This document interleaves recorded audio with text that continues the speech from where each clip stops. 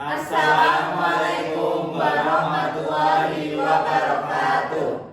Perkenalkan, kami dari kelompok 1 akan mempresentasikan hasil diskusi dari kelompok kita yang beranggotakan saya sendiri, Aprilia Vanis Nabila, Saya Andriani, Saya Ayu Puji Astuti, saya Anggun Oktaviana Dewi, Saya Afrizal Juhri Yahrawi. Saya Adi Susanto. Saya Aji Saki Firdaus. Baik, pembelajaran berdiferensiasi merupakan pembelajaran yang mengakomodir peserta didik sesuai dengan kebutuhan belajar. Yang pertama adalah penyesuaian ruang lingkup materi atau konten. Strategi bagi seorang pendidik yang pertama yaitu pendidik harus mengidentifikasi kebutuhan belajar peserta didik berdasarkan dari kesiapan belajar, minat, dan profil belajar siswa. Setelah itu, pendidik harus melakukan asesmen diagnosa atau diagnosis untuk mendapatkan pemahaman terkait kemampuan peserta didik yang berbeda-beda. Yang kedua yaitu menyesuaikan lingkup materi yang akan dipelajari oleh peserta didik berdasarkan dari kesiapan belajar, minat belajar, dan profil belajar peserta didik. Nah, di sini itu adalah pendidik setelah melakukan asesmen diagnosa, lalu pendidik harus menyiapkan materi yang akan diajarkan. Selanjutnya yang ketiga adalah merancang strategi bagaimana lingkup materi itu akan dipelajari oleh peserta didik. Misalnya di sini guru membuat skenario pembelajaran berdasarkan dari kesiapan belajar siswa, minat belajar, dan profil belajar siswa. Baik, contoh penyesuaian ruang lingkup pembelajaran akan disampaikan oleh rekan saya. contoh penyesuaian ruang lingkup pembelajaran yang pertama, peserta didik yang belum menguasai kompetensi, prasyarat atau belum siap untuk belajar di suatu lingkup materi diberikan kesempatan untuk mempelajari kompetensi pada tingkat yang lebih rendah atau dengan cakupan lingkup materi yang lebih sederhana.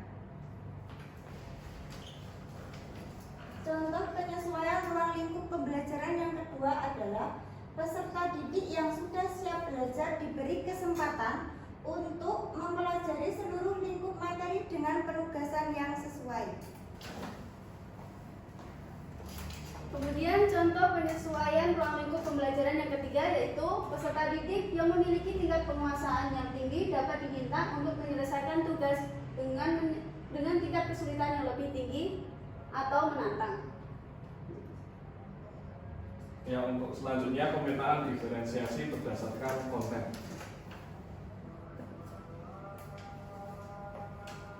Contoh diferensiasi berdasarkan konten gaya belajar peserta didik di kelas 4 ini contohnya sedang mengajarkan mengenai ekosistem.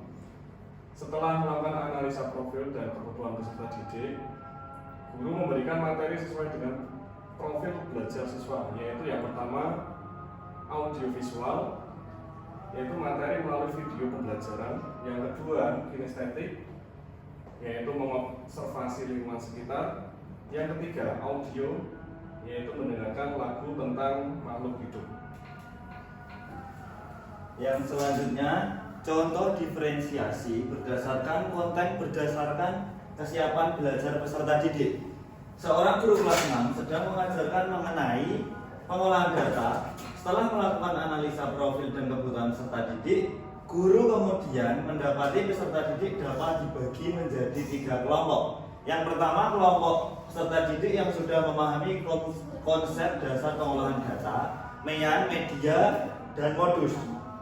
Yang kedua, kelompok peserta didik yang masih harus mengulangi pemahaman dalam MEAN, media, dan modus.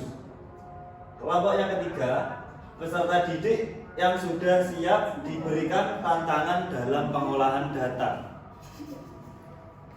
Selanjutnya, contoh diferensiasi berdasarkan minat peserta didik. Seorang guru di kelas 4 sedang mengajarkan mengenai menulis karya sastra puisi. Setelah melakukan analisa profil dan kebutuhan peserta didik, guru mendapati peserta didik dengan minat yang berbeda-beda. Kemudian, guru memberikan 2 puisi kepada peserta didik berdasarkan minatnya masing-masing. Kelompok pertama itu peserta didik menyukai alam. yaitu peserta didik tersebut diberi puisi yang berhubungan dengan alam, misalnya pantai, gunung, laut, tumbuhan, hewan, dan lain-lain. Kemudian kelompok yang kedua itu menyukai musik. Guru memberikan puisi yang berhubungan dengan seni instrumen musik. Demikian presentasi dari kelompok 1. Apabila terdapat tutur kata yang kurang berkenan, kami mohon maaf yang setulus-tulusnya. Kami akhiri. Wassalamualaikum warahmatullahi wabarakatuh.